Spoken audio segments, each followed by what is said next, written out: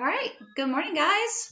So I have a fun little craft for us to do, and we are going to do it using something that I bet a lot of us are going to have a plethora of in the coming weeks. So it seems that people have gone absolutely crazy buying up a bunch of TP. Don't know why. But we're going to have a bunch of these empty rolls laying around soon. And what we're going to do today is we're going to take one of these empty rolls and we are going to use it to make a print. And we are going to basically use this like a little stamp. And I'm going to show you two different stamps. So what I'm going to do is I'm actually going to take mine and cut it in half. Now, parents, depending on the age of your child, you may want to leave yours whole so that they can get a really good grip on it and not get their hands all messy, because they'll be able to hold it here at the top of their toilet paper roll, and they'll have an easy time kind of using it as a stamp. You can see that their hand is very far from where they're going to put it in the paint, because I'll be putting the bottom part in the paint, obviously. This is how this is going to work. And my fingers are very far from it. So I'll be able to just kind of stamp and do this. So for the first one, we will be using the circle. And for the second one, I'm actually going to create a shape from this. So I'll be needing a little bit of tape. And that's why I want to cut it in half so that when I do the second one, I won't have paint all over my hands as I'm trying to shape it. So for this project, you may have to wait a day or two until you grab a toilet paper roll. You may not have one just laying around yet. I guarantee you will, especially depending on how many people live in your house. But you'll need a toilet paper roll, and depending on how many people are doing this with you, each one might want to have their own toilet paper roll in order to complete the project. And you don't have to cut this, but for the purpose of me doing the demonstration, I am going to cut this now just to simply show you a couple different options. So this next part you do not have to do, but I am going to get my scissors up in there. There we go. I don't want to destroy the integrity of this circle for the, there we go.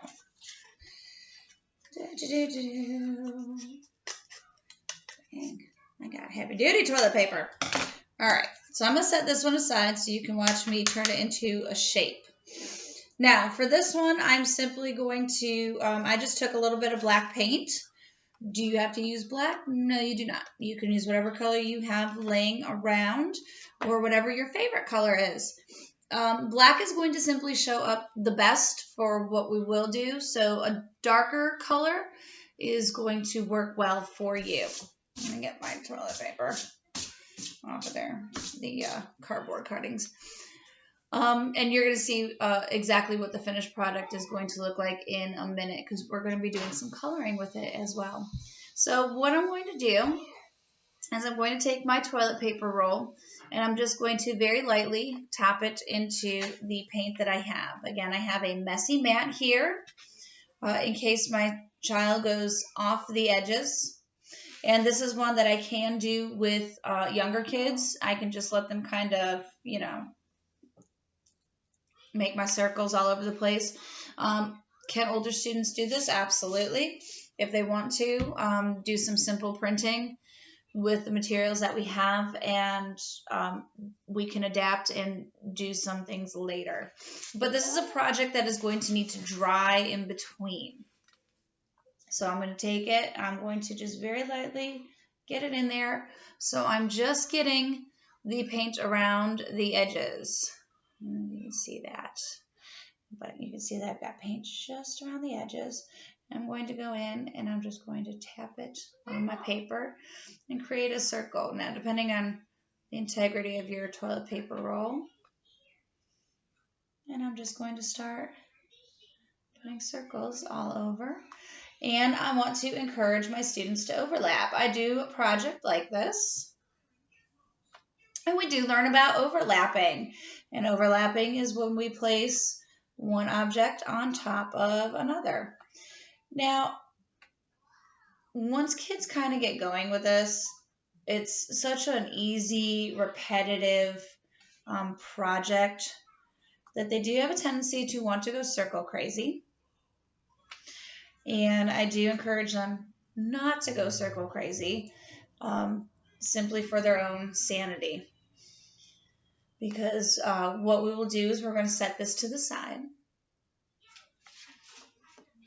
We're going to let it dry. And we're going to get out our crayons or whatever coloring material we have.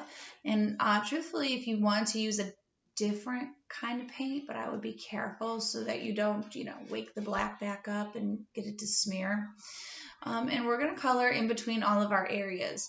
And every time you get an overlap, you will switch colors and turn it into a new color. And so that's why you want to wait until this is dry. So you're just simply going to take, I use crayons with the little ones. Like I said, you could do it with older kids.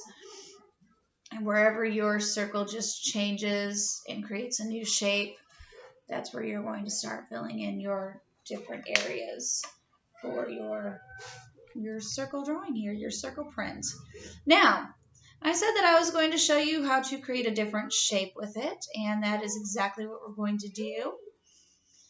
So with this other half that I got, I'm going to put this to the side, my pretty little, oh, isn't that nice? So that is the colored one. Now I've got my other half here. Again, yours could have been whole. So I'm going to take this and I'm going to push in because I'm going to try and create a heart. So I'm trying to pinch my heart, and then I'm going to pinch my bottom. And actually, that's going to stay. This is a pretty strong roll. That's going to stay without my tape. I lied.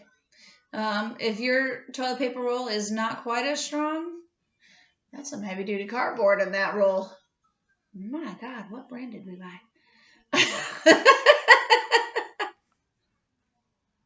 I don't even know.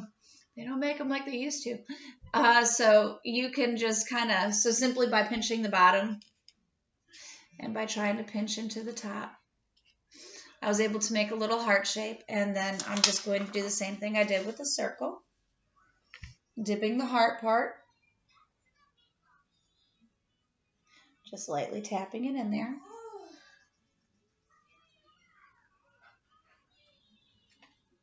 There we go. Now my corner don't want to. There we go. I gotta get that corner down there.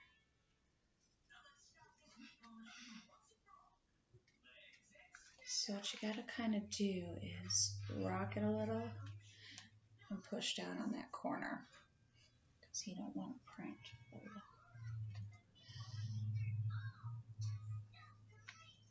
So you gotta really get that corner in there to go down for you.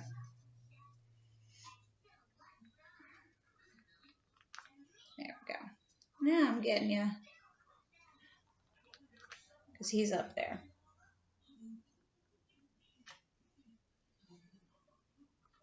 So when you pinched him, he went into the inside. And of course, we can do our overlapping. So there's our heart. Ah.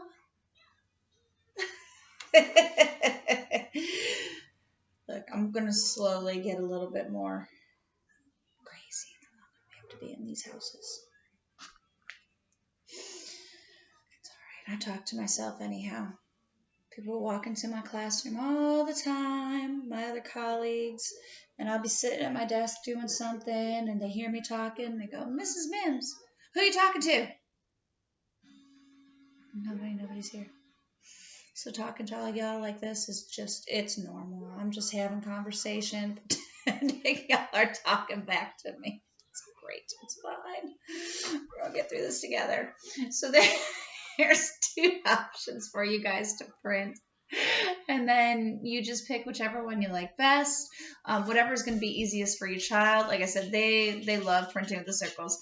And if you want to just give them a couple sheets of paper and let them go circle crazy, they don't really have to. They don't have to color it in.